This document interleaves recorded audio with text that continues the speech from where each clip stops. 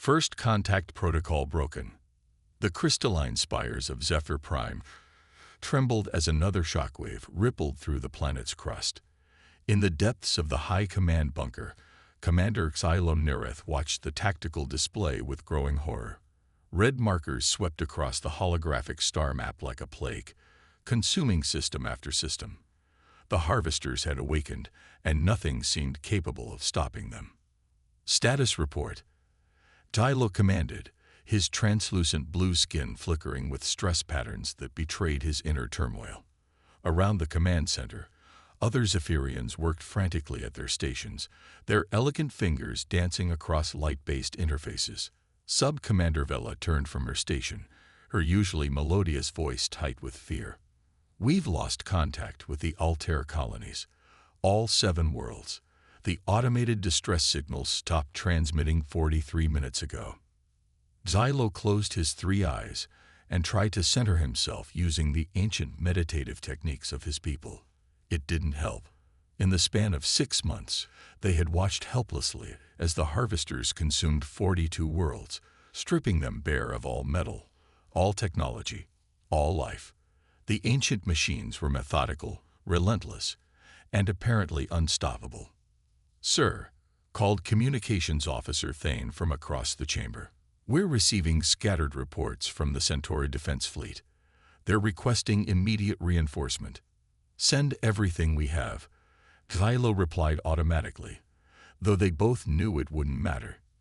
The Zephyrian Defense Corps had thrown their finest chips against the harvesters, only to watch them consumed and converted into more enemy units. Every victory for their enemy made them stronger. The Zephyrians had ruled a peaceful empire for over 2,000 years. Their society had long ago abandoned the concept of warfare, instead focusing on art, philosophy, and the gentle sciences. Their technology was advanced, their culture refined, their people content. They had explored the galaxy, cataloged thousands of species, and maintained careful contact protocols with developing civilizations. None of that mattered now. "Commander," Vela said quietly, moving closer to his command throne, "the Strategic Council is requesting another audience. They want to discuss the Forbidden Archives."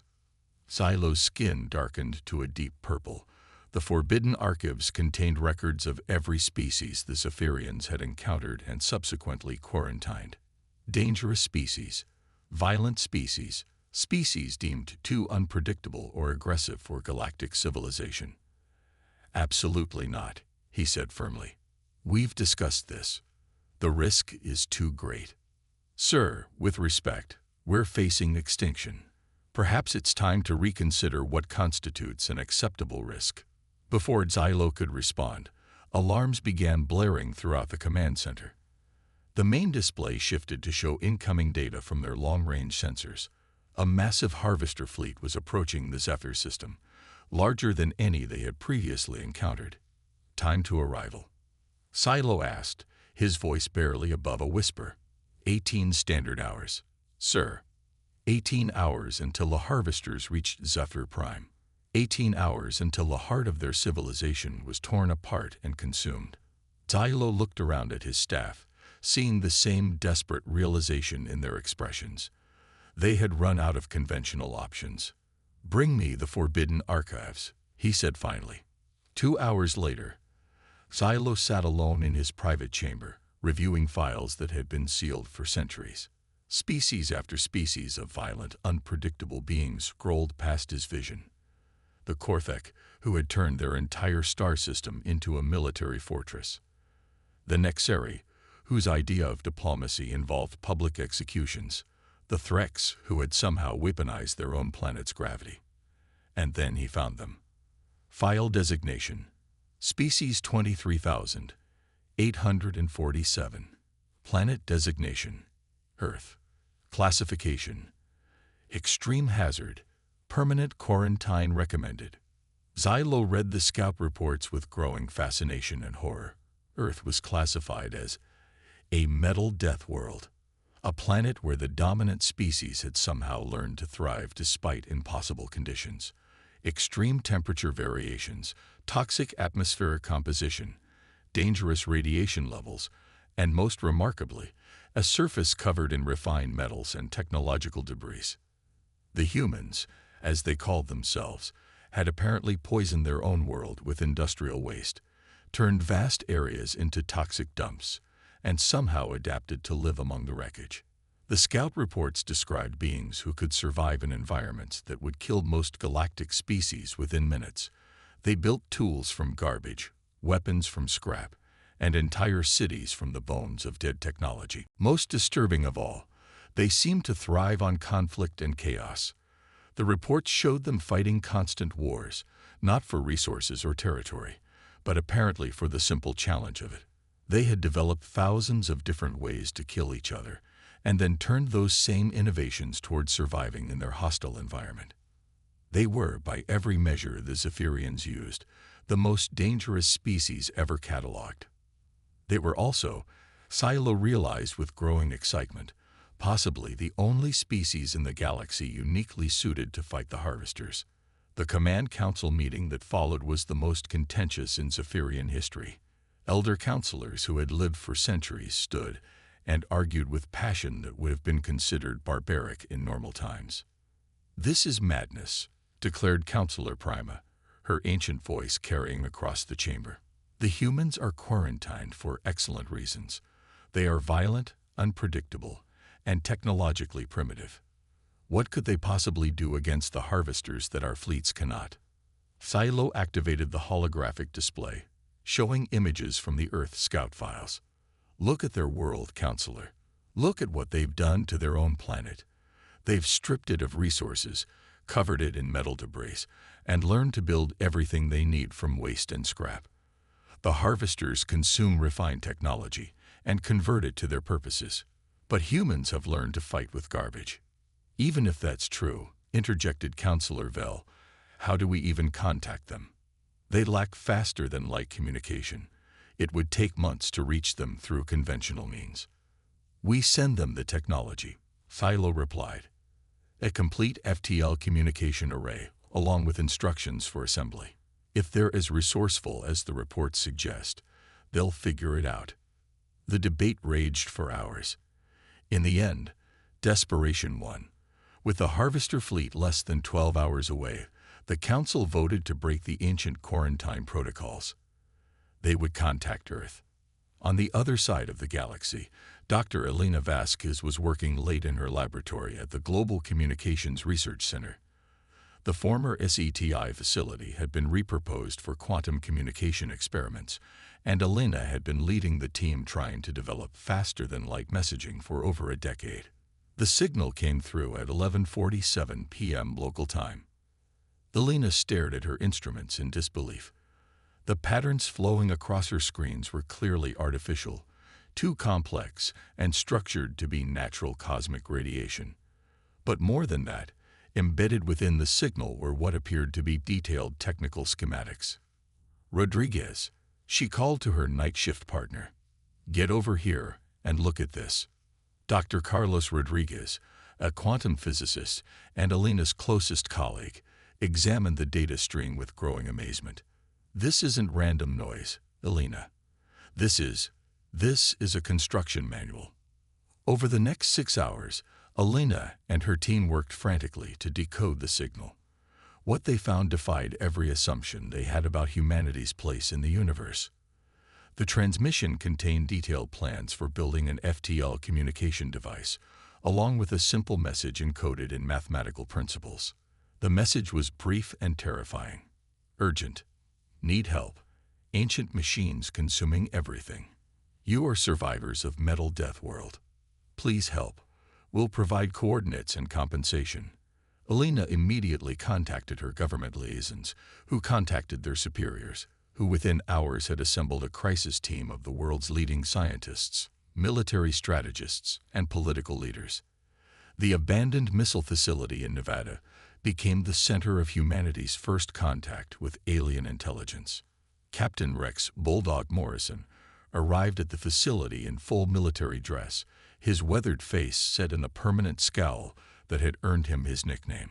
At 55, he had served in conflicts on 6 continents and had never encountered a problem that couldn't be solved with proper application of firepower and determination. "So let me get this straight," he said, reviewing the briefing documents. "Aliens who've been watching us for centuries suddenly need our help because some robot army is eating their pretty space empire." "That's essentially correct, Captain," Elena replied diplomatically. "They seem to believe that our experience with harsh environmental conditions makes us uniquely qualified to fight this threat." "Experience with harsh conditions," Rex snorted. "Lady, I grew up in Detroit in the 80s. I've been through 3 tours in the Middle East and survived corporate downsizing. If they think that qualifies me to fight space robots, they're probably right." The construction of the FTL communicator took 18 days of intensive work. Scientists and engineers from 12 countries collaborated to fabricate components using technologies they barely understood. Elena coordinated the technical aspects while Rex organized the security and logistics. When they finally activated the device, the result was beyond anything they had imagined. The holographic projection that appeared above the communication array showed a tall, elegant being with translucent blue skin and 3 eyes. When it spoke, its voice was synthesized from human language databases that had apparently been gathered from their internet communications. "Greetings, humans of Earth," the alien said, its image flickering slightly with transmission interference. "I am Commander Xylom Nerith of the Zephyrian High Command. I thank you for building our communication device and answering our call." Elena stepped forward, her heart racing with the magnitude of the moment. "Commander Nerith, I'm Dr. Elena Vasquez. We received your message about needing help. Can you tell us more about the threat you're facing?" The alien's expression shifted in a way that somehow conveyed deep sadness despite the vast differences in facial structure. "The harvesters are ancient machines, older than our civilization, perhaps older than most life in the galaxy. They were dormant for millennia, but something has awakened them. They consume all technology, all refined metals, all organized matter. They convert everything they take into more of themselves. And you think we can help because we're from what you call a metal death world?" Rex interjected, moving into view of the communicator. "Your planet's surface is covered in what we call dead technology, refined metals, discarded machines, toxic waste. Yet your species has not only survived but learned to build new tools from this debris. You fight wars with improvised weapons, survive in poisoned environments, and somehow thrive in conditions that would destroy most galactic species." Elena and Rex exchanged glances. From an alien perspective, humanity's history of environmental destruction and constant warfare suddenly looked like specialized training. "What exactly are you asking us to do?" Elena asked. "Come to our space, fight the harvesters, save our civilization." The alien paused, its skin color shifting. "We will provide transportation, supplies, and access to our technology. But we need warriors who understand how to fight with limited resources, who can adapt and improvise when conventional tactics fail." Rex stepped closer to the communicator, studying the alien commander with the eye of a professional soldier. "How many people are you talking about? And what kind of support are we looking at?" "We can transport up to 1,000 of your people initially. We will provide vessels, weapons compatible with your physiology, and full technical support.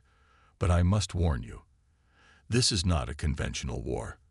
The harvesters adapt to every tactic we use against them. They learn from every victory. Nothing we have tried has stopped them."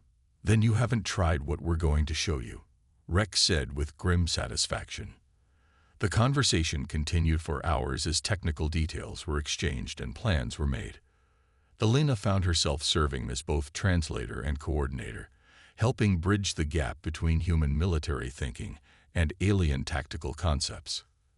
As dawn broke over the Nevada facility, humanity faced a choice that would define their species' future. They could remain safe on their slowly dying world, or venture into the galaxy to fight an enemy that had never known defeat. For Elena, the choice was obvious. This was the greatest adventure in human history. For Rex, it was just another mission. and he had never failed to complete a mission. The call had been answered. The scavengers of Earth were going to war. When Deathworlders answered the call, the Zephyrian transport vessel Harmony's Edge was a masterpiece of elegant engineering, its curved hull gleaming like polished pearl as it hung motionless in the asteroid field beyond Neptune. Inside its pristine corridors, Commander Xylon Nerith tried to maintain his composure as he watched the human boarding shuttles approach. He had expected soldiers, warriors from the deadly forge world of Earth. What came aboard his ship was something far more disturbing. Tech Sergeant Maria Santos was the first human through the airlock, her scared hands already examining the alien door mechanism with professional interest. Behind her came a stream of soldiers, scientists, and engineers who immediately began studying everything around them, with an intensity that made the Zephyrian crew deeply uncomfortable. "Fascinating," muttered Dr. James Chen, the expedition's lead physicist, as he ran his fingers along the walls. "This appears to be some kind of programmable matter. The molecular structure adjusts to optimize strength and conductivity based on environmental conditions." Maria overheard him and grinned. "Doc, you thinking what I'm thinking? That we could probably jury-rig this into a dozen different weapon systems?" "Absolutely." Stylo felt a chill run through his crystalline spine. The humans had been aboard for less than 5 minutes and were already discussing how to weaponize his ship's basic construction materials. Captain Rex Morrison approached the alien commander, his heavy combat boots echoing strangely in the ship's acoustic dampening corridors. "Commander Nerith, my people are ready for briefing. But first, I need to understand your tactical situation better." "Of course, Captain Morrison. Please, follow me to the strategic chamber." As they walked through the ship, Xylo noticed how the humans moved. Where his own people glided gracefully through the corridors with practiced elegance, the humans seemed to examine every surface, every joint, every system they passed. Several of them carried what appeared to be primitive recording devices, documenting everything they saw. "Your ship is beautiful," Elena Vasquez commented, walking beside Xylo. "The biomimetic design principles are incredible. But I have to ask, where are your defensive systems?" "Defensive systems?" Xylo's translator conveyed his confusion. "This is a diplomatic vessel. We carry shields for protection against cosmic radiation and micrometeorites, but no weapons. Weapons are barbaric." The humans exchanged glances that Xylo was beginning to recognize as significant.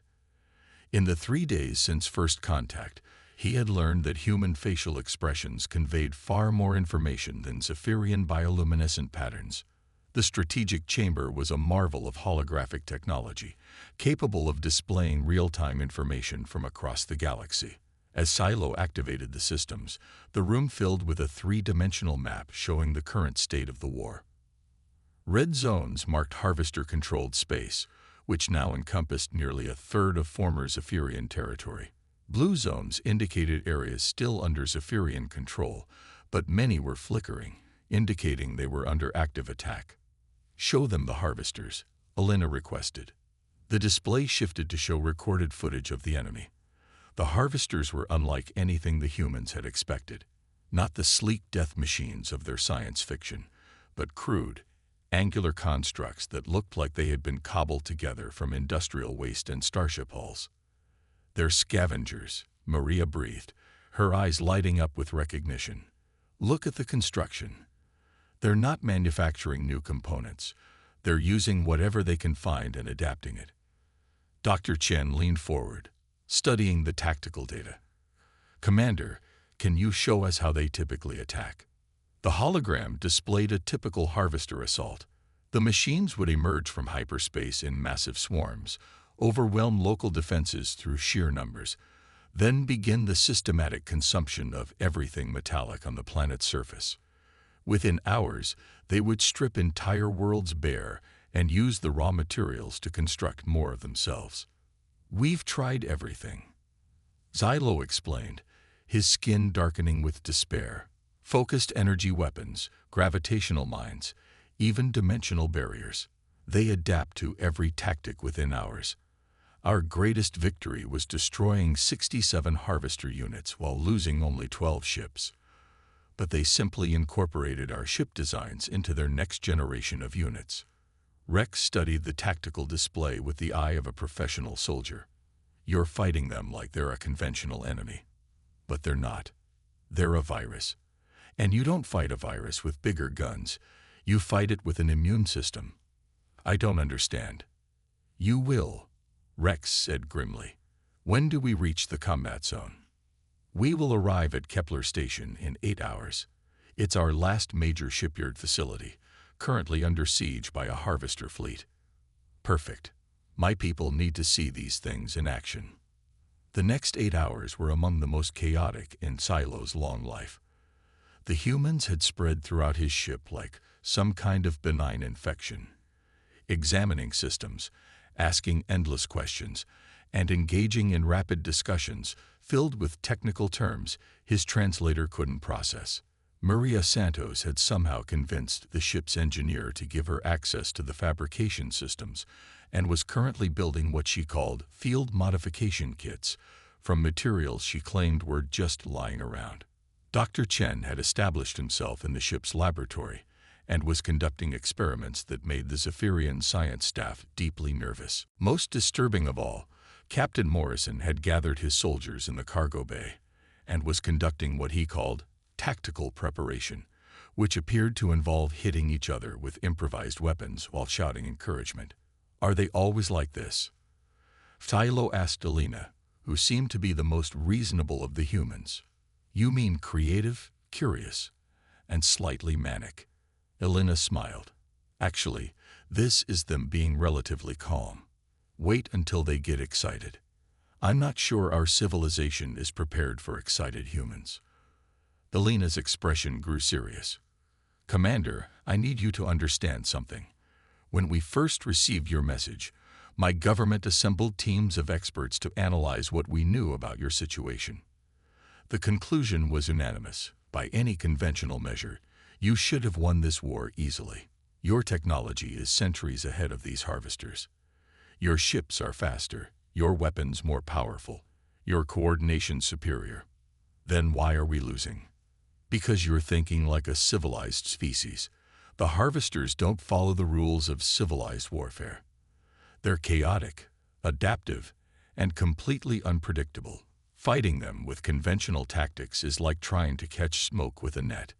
And humans are better at catching smoke. Alina laughed, but there was no humor in it. Commander, humans have been fighting unconventional wars for our entire history. We've battled everything from guerrilla fighters to cyber-terrorists to forces of nature itself. We've learned to fight dirty, think creatively, and turn every disadvantage into an opportunity. You make it sound almost. Silo searched for the word. Barbaric. It is barbaric, Alina agreed. But sometimes barbaric is exactly what you need. The first sight of Kepler Station took Silo's breath away, though not in the way he had hoped. The massive orbital facility, once a gleaming monument to Zephyrian engineering, was now half consumed by harvester activity. Crude mechanical constructs swarmed over the station's surface like metallic parasites, tearing away hull plates and converting them into more of themselves. Status report, Rex commanded as they entered the ship's bridge. 17 Zephyrian vessels are engaged with approximately 400 harvester units, reported Sub-Commander Vela. They're trying to evacuate the civilian population, but the harvesters have established a blockade. 400 units, Rex mused. And your people are trying to fight them in formation, right? Organized battle lines, coordinated fire patterns. Of course, proper military doctrine requires. Proper military doctrine is why you're losing, Rex interrupted. Alina, get me a communication channel to the Zephyrian fleet commander. Within minutes, the main screen showed the bridge of a Zephyrian warship. The commander, an elderly Zephyrian with battle-scarred skin, looked haggard but determined. This is Fleet Commander Dex of the Stellar Pride. Who am I speaking to? Captain Rex Morrison, Earth Defense Corps. Commander, I need you to order your ships to break formation and withdraw to minimum safe distance. Withdraw. Captain, we're trying to rescue civilians. And you're going to get them all killed if you keep fighting the way you're fighting. Trust me on this one, Commander. Pull back and let us show you how humans handle a pest problem. Dex hesitated, clearly torn between military protocol and desperate hope. Finally, he nodded. All ships, fall back to defensive perimeter. Maintain rescue operations, but avoid direct engagement. Rex turned to his team. Maria, are your toys ready?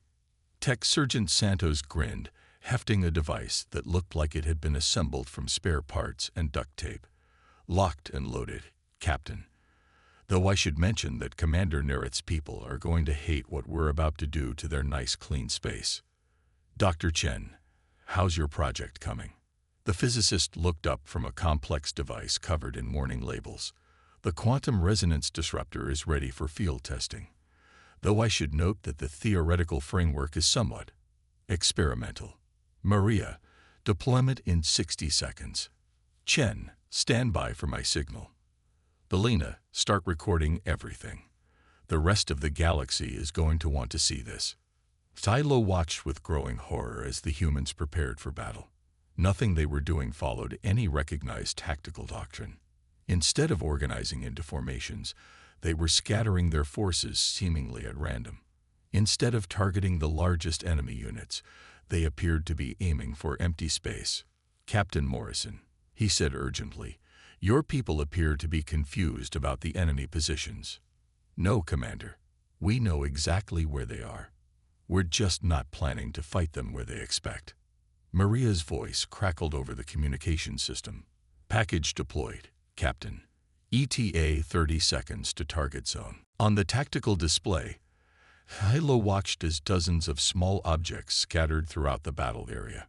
They appeared to be nothing more than debris, chunks of metal and electronic components that drifted aimlessly through space. What are those? He asked. Presents, Rex replied cryptically. Chen, light them up. Dr. Chen activated his device, and suddenly the tactical situation changed completely. The debris Maria had scattered began emitting powerful electromagnetic pulses, creating a network of interference that disrupted the Harvester's coordination systems. But that was only the beginning. As the Harvesters moved to investigate the interference sources, the debris revealed its true nature. Each piece was a carefully disguised weapon, designed to look like the kind of scrap the Harvesters normally consumed. When they tried to absorb the fake debris, the hidden explosive charges detonated, causing massive damage to the Harvester units from within. Trojan horse tactics, Belina explained to the astonished Xylo.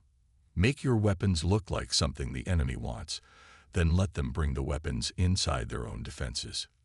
But the humans weren't finished. As the Harvester formation began to collapse, Maria deployed her second surprise, what she called chaff mines. These devices scattered thousands of tiny metallic fragments throughout the battle area, each one designed to look valuable to the Harvester's scavenging sensors. The result was chaos. Harvester units abandoned their coordinated attack patterns and began competing with each other to collect the scattered resources. Their hive mind, evolved to optimize efficiency, couldn't handle the contradictory signals coming from thousands of fake targets. Now, Rex said calmly, the Zephyrian fleet, following human tactical coordination, began picking off isolated Harvester units with surgical precision. Without their coordination advantage, the individual machines proved vulnerable to concentrated fire. In less than 20 minutes, the battle was over. 400 Harvester units had been reduced to drifting wreckage, while the Zephyrian fleet had suffered only minor damage. How? Fleet Commander Dex asked over the communication channel, his voice filled with amazement. How did you defeat them so quickly? Rex smiled, though the alien commander couldn't see it. Commander, you've been trying to fight the Harvesters like they're soldiers. But they're not. They're scavengers, just like us. And the thing about scavengers is, we know all the tricks. In the aftermath of the battle, as rescue operations continued and the harvester wreckage was carefully contained. Tylo found himself alone with Elena in the ship's observation deck. "Your people are not what I expected," he admitted. "What did you expect? Warriors, soldiers. Instead, I find engineers and scientists who think like. I'm not sure what they think like." Elena smiled. "They think like survivors, Commander. For our entire history, humans have had to make do with less than we needed, fight enemies stronger than we were, and find solutions to impossible problems. We learned to be creative because we had no choice. And now we're going to teach the harvesters what happens when scavengers fight scavengers. The difference is, we've had millions of years of practice, and we're much, much better at it." As the Harmony's Edge prepared to jump to the next battle, Philo realized that his people had indeed awakened something they didn't understand. They had called for help from Deathworlders, expecting warriors. Instead, they had found something far more dangerous: human ingenuity unleashed on a galactic scale. The harvesters had never faced an enemy that could out-scavenge them, out-adapt them, and turn their own strengths against them. But they were about to learn. The real war was just beginning.